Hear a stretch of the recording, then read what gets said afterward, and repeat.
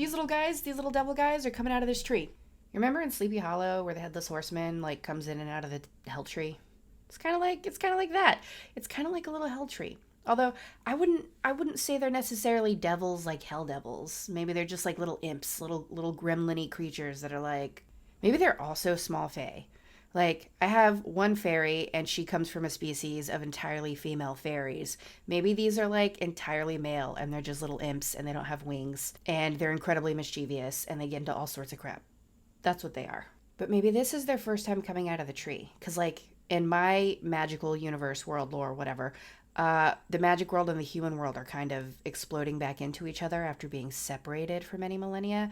So maybe they're like climbing out of this tree into the human world for the first time and they're like, oh yeah, we could definitely get into it here. I think it kind of makes sense if they're like these aggressive little predatory fey creatures and they're kind of like a polar opposite to the female fairies, which are like innocent and sweet. Maybe that's why the female fairies have wings and these little imps don't, so that they can escape from the little monsters.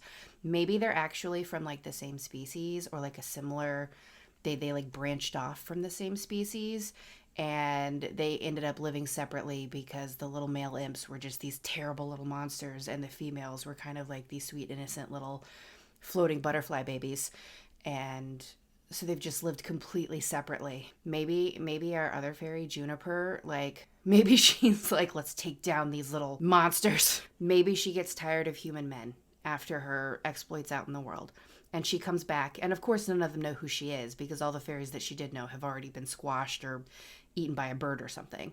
So she comes back and maybe they're being completely terrorized by these little imps because whatever happened with the two worlds coming back together, somehow they ended up close to each other. The lady fairies are doing their best to avoid these little imps and they just keep coming. And so maybe Juniper comes in and she's like, all right, no more of this sweet little girl crap. And she teaches them how to fight and how to stay alive. And maybe they start fighting back against these little imp dudes. And little imp dudes mostly are just mischievous. I don't think that they're like, let's take them down, let's get those wings. Maybe they kind of like whip them into shape and they're just so taken with these newly violent, strong females that they're like, oh my God, they're angels.